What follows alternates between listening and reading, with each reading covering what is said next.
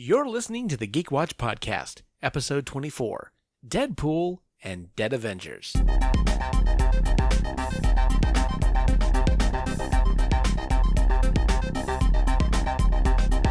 This is the Geek Watch Podcast with Brian Hatcher and Mandy Petrie.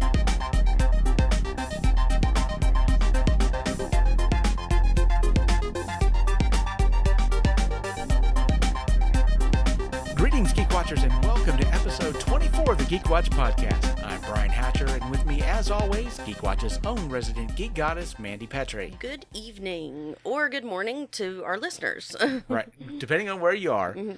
Well, before we get started today, I would like to take a brief moment to acknowledge the passing of a Geek Watch favorite and someone that a lot of geeks around the world know. This week, Margot Kidder passed away on April 13th. Of course, she was a Canadian-American actress. She did the Amityville Horror. She got a Daytime Emmy for a role she did recently in R.L. Stine's A Haunting Hour.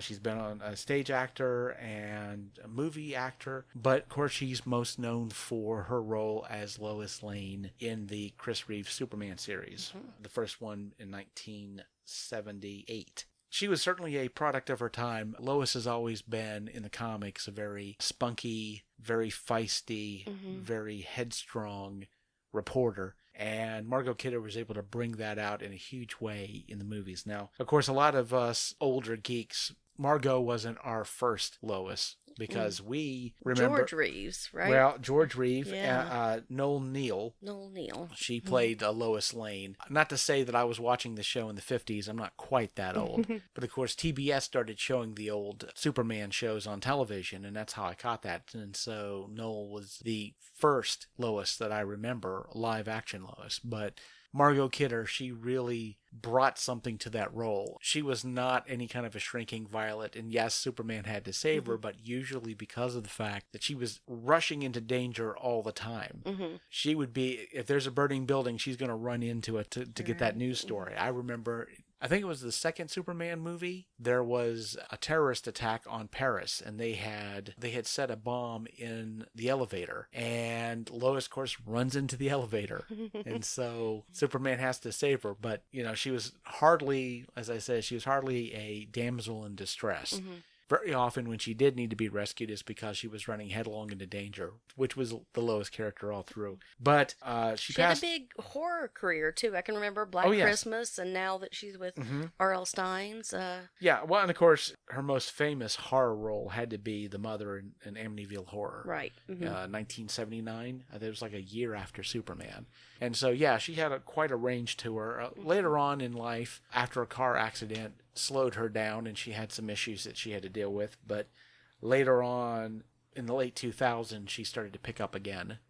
And she did a lot of independent films, a lot of television. She made an appearance in Smallville. Aww. She was in Smallville. Brothers and Sisters, she was in that, and I think she was in a few episodes of The L Word. And so, well, she won the Daytime Emmy Award for the R.L. Stine's Haunting Hour and her role in that. You know, later on in her life, she was able to get back doing what she does best, and she passed away May 13th at 69. She died in her sleep. And so, we here at the Geek Watch, we wanted to take a moment to acknowledge Margot Kidder and her contributions to geek culture, to Superman, and for many of us being our first Lois Lane. And so, Godspeed, Margot Kidder. And so, going on to what we've got looking forward to in the geek world this week. I guess the biggest thing is Deadpool, right? Deadpool's coming out on... Deadpool's out now. It's in okay. theaters now. So, and I've been kind of reading a few of the reviews. I've been trying to avoid spoilers. But I've been reading a few of the reviews. I think right now in Rotten Tomatoes, they're getting 86%, I think, at this point. The original Deadpool was like about 83, so it's about the same thing. I've seen a few bad reviews. I would say from critics that they didn't get it the first time, and after a year, they still haven't gotten it. But Deadpool is that type of movie. If you're into that sort of thing, this is the sort of thing you're going to be into. And I think that movies like Deadpool, they tend to be critic-proof, because honestly, the type of people who want to go see these movies aren't going to care what they're not really going to care what the critics have to say, because it's like a lot of things in geek culture. When you like something, it's not really defensible. it's not like you can instantly explain to anybody why it is that you like what you like. You like it, and that's it. Mm-hmm. And Deadpool is definitely one of those things. It definitely winks a lot to the comic book fan. There's a lot of in-jokes that some people might not get, and a regular movie would probably cut those jokes out because they're like, well, what's the point of telling a joke that maybe 25% of the audience will get? But the strength of the movie is the fact that it appreciates its fans, it throws nice little references out to the comic book fans, and it does a really good job, I think, or at least the first one certainly did, of giving you what you wanted. They showed you the trailer, it's like, well, this is what this movie's going to be like. Do you like that? Oh, well, yes, I do. Well, here you go. And Here's more of that. And it looks like, from everything that I've seen, the movie is going to deliver. Right. And something that I watched today, it came out a few days ago, which I have loved for 10 years now. I'm a Marvel, I'm a DC. Oh, yeah. Yes. Okay. If you're not aware of this, it's a parody of an old commercial about I'm a Mac and I'm a PC, the two different computers. But they took Marvel characters and DC characters and put them against each other. They put Tony Stark against Batman. They put the Hulk against, I can't remember, but they have the action figures. Right. And so they've been doing this for 10 years now, and there's different episodes, and they're so funny. And they kind of hinted that this was going to be the last ever episode. And it was where DC finally said, you know what, Marvel, you win. We're not going to crack jokes at each other anymore because you're fussing at a movie franchise that everyone hates. And we are fussing at a movie genre that everyone loves. So we're not getting anywhere. You know what, you win. And Deadpool's like, this can't be over. And it's pretty funny. And then they're like, look, you know what, your movie's coming out. Let's just go see it. And it'll be fun. And then the kind of closes down, sort of like the credits roll, and then you get a post-credit scene, and Deadpool looks at the camera and says, you know this can't be over yet. We have to keep going. And then out of the shadows walks Rorschach, and he's like, I'm here. And it's pretty funny. Go out and see it, and go and look it up on YouTube and watch all the I'm a Marvel, I'm a DC's. They're hilarious. Yeah, going back to Deadpool, I'm really looking forward to that.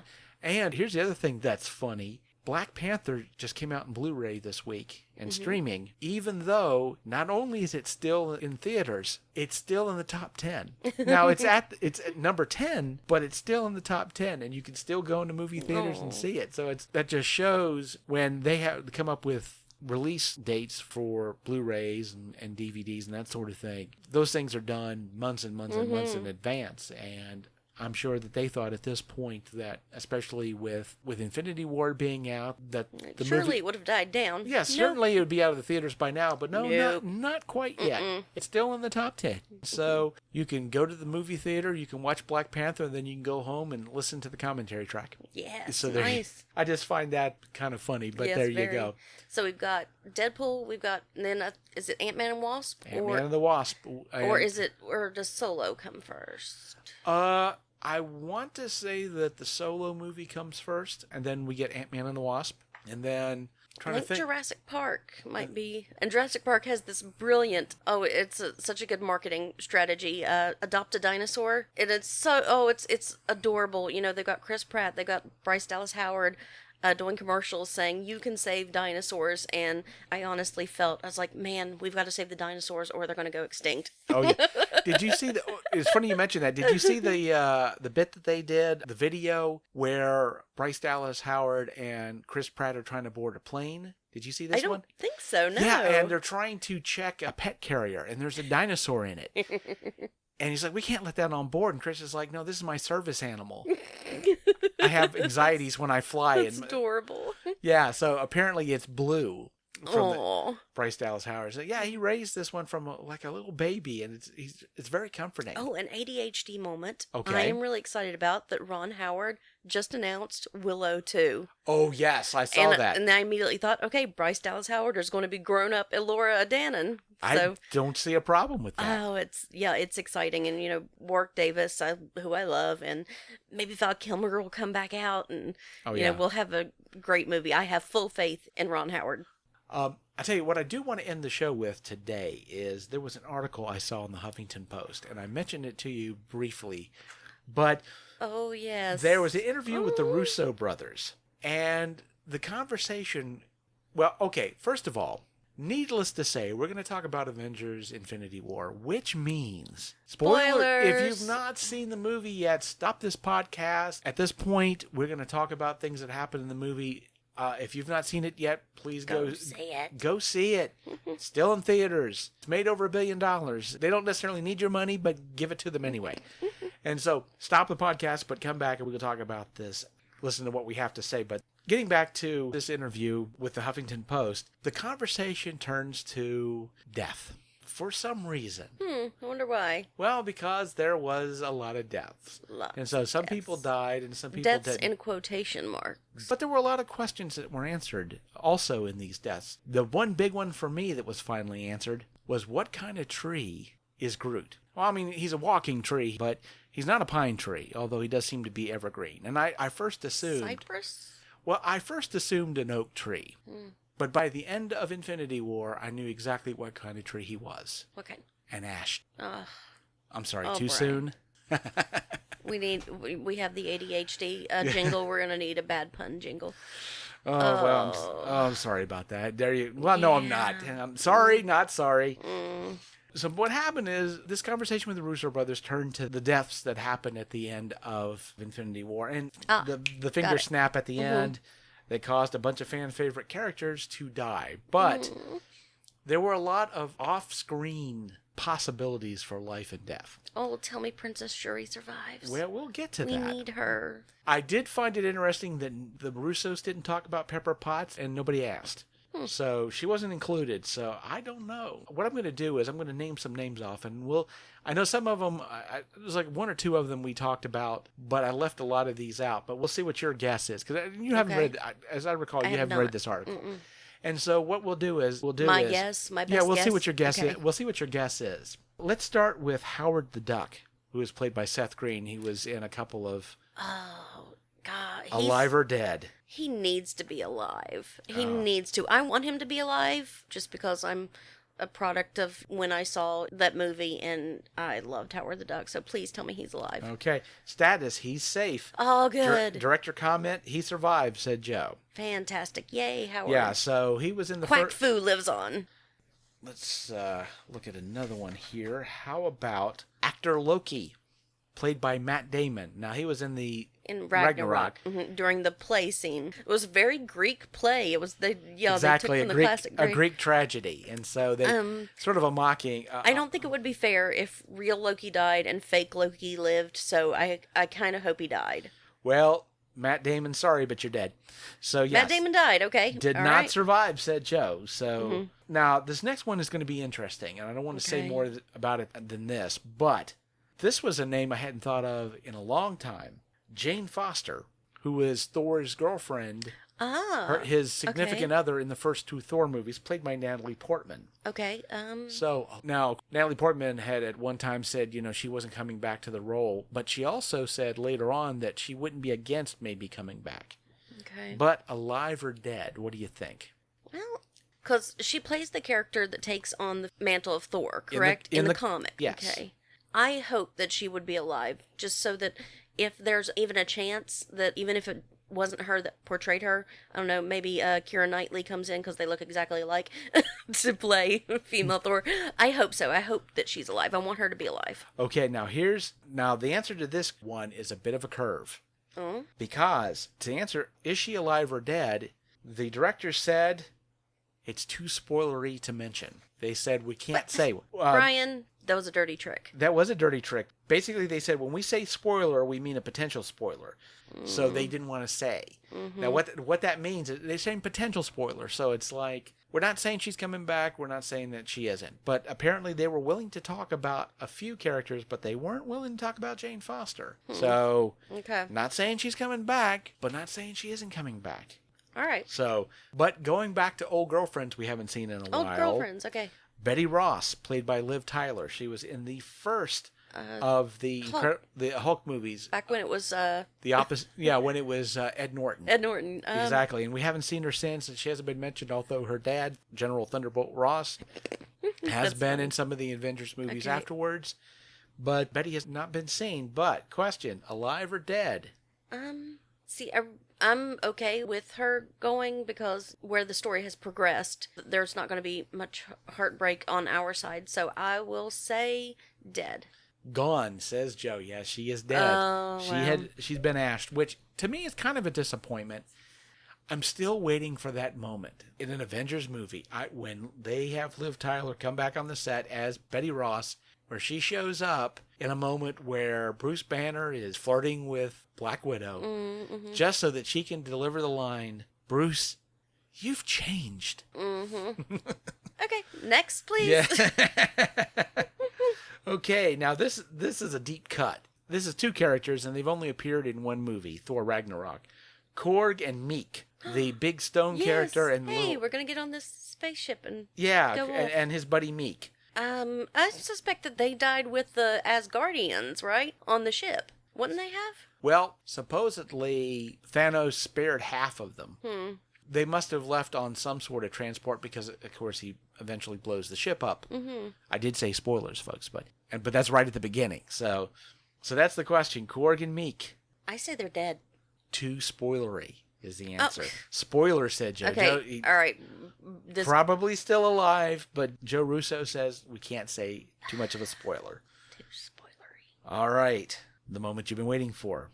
Shuri. Please be alive. I want her to be alive. She has to be alive. She has to take on Black Panther until we get T'Challa back.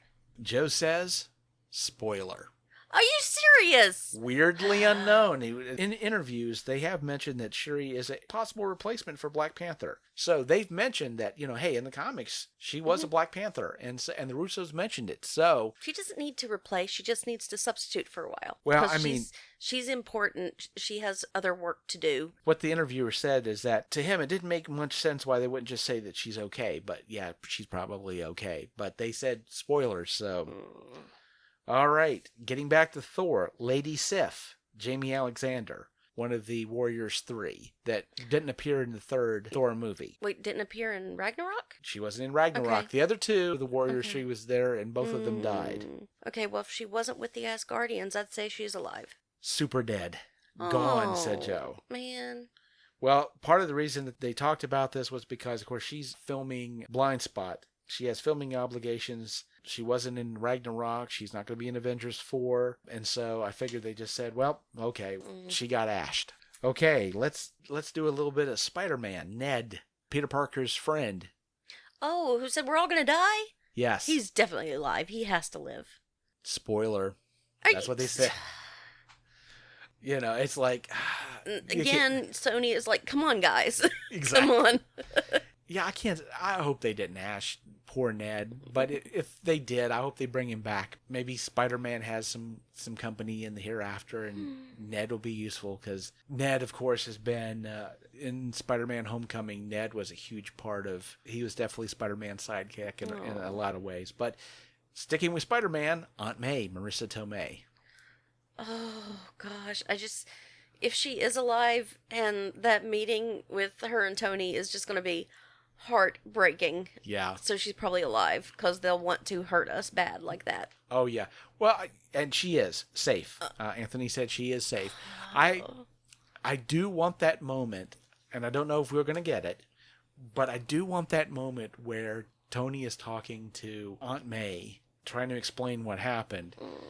And Aunt May mentions finally, and Tony gets to hear about this because it's never been mentioned in the movies, although outside the movies this is known as canon, is that in Iron Man 2, that scene where the little boy... Yeah, that Yeah. was... Mm-hmm. That's Peter Parker. It started off as one of those fan theory things. Exactly. And then they just adopt it. And then Yes. Kevin Feige said, yep, that's who it was. Mm-hmm. I'd love to see that moment, as heartbreaking as it would be, for Tony Stark to learn that kid, that he said, great shot, kid, that was Peter Parker the whole time. And that he had met him before. Heartbreaking, but I'd love to see it. Okay, one more to go, and this is going to be a rough one. Nakia, Lupita Nyong'o. Oh, she's alive. Unknown, but probably safe. Oh, Yeah. Well, I hope so. Who's taking care of the shelter yeah. out in Basically, what Anthony LA? said was the reason she didn't appear in Infinity War was she's on missions, Yes. Mm-hmm. deep undercover. But that's all that they had to say about it. So, but again, what kind of worries me is nobody mentioned Pepper Potts at all.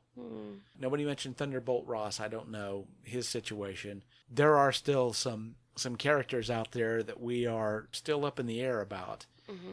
But I guess we'll find out in about a year. So we'll be back here in 12 months talking about this. Oh, yes. But before that happens, we get Ant-Man and the Wasp. And have you been watching the commercials for Ant-Man and the Wasp? Nope. Oh, there's great because it started out with all the actors from, well, not all of them, but a good chunk of the actors from Infinity War answering the question, how come Ant-Man and the Wasp weren't there? And so each one had their little theory about it. And, of course, it ends with the actors who play Ant-Man and the Wasp. They kind of looking at each other as if to say, well, watch our movie that's coming up and you'll get to find out how all that happened. And, of course, I'm definitely looking forward to that. So we'll have that. We'll have Captain Marvel, which I've been hoping for a teaser trailer. I've been hoping for something. Nope. There's been a lot of fan trailers out, but I think maybe they're not one to overshadow Ant-Man and the Wasp. Could be. Mm-hmm. But I'm more than anxious to see a really good trailer for Captain Marvel. Mm-hmm. And we haven't seen it yet, but it's going to break the internet when it happens. It's kind of funny because Kevin Smith has said this a whole lot of times, and I'm not sure it's true, but it certainly seems like it's true, is that every time Warner Brothers and DC, they wanted to put a movie out, they've got something that they're trying to promote superhero-wise, suddenly Marvel drops this amazing trailer that breaks the internet. And I'm not saying they're doing that on purpose, but it's happened a whole lot of times. And so, but I don't think they're going to wait all the way until Aquaman comes out for them to drop the Captain Marvel trailer, because that's going to be a long ways off. But that would be a kind of a crappy thing to do. But I guess if they wait that long and we don't see a trailer for Captain Marvel before Christmas, if it happens right as Aquaman winds up in the theaters, if we suddenly at that moment Marvel decides to put out the Captain Marvel trailer, I'm going to have a really hard time not believing the conspiracy theories that Kevin Smith has put out at this point. I might have to re-examine my life. I might have to figure out what's going on here. But I guess that we will see. We'll see. But Deadpool this weekend, and I figure if we both get a chance to see it this weekend, next week we'll have a lot to talk about. We'll do a spoiler discussion on Deadpool 2. And so, until next time, for Mandy Petrie, this is Brian Hatcher reminding you that we're all geeky about something. Be proud of yours. See you next time. Thank you for listening to the Geek Watch podcast. If you enjoyed this program, don't forget to like and subscribe on your preferred platform and share this podcast on your social media. For links to all the ways you can listen to the Geek Watch podcast, as well as leave comments and suggestions, visit our website at geekwatch.net. The Geek Watch podcast is a Hanging J production.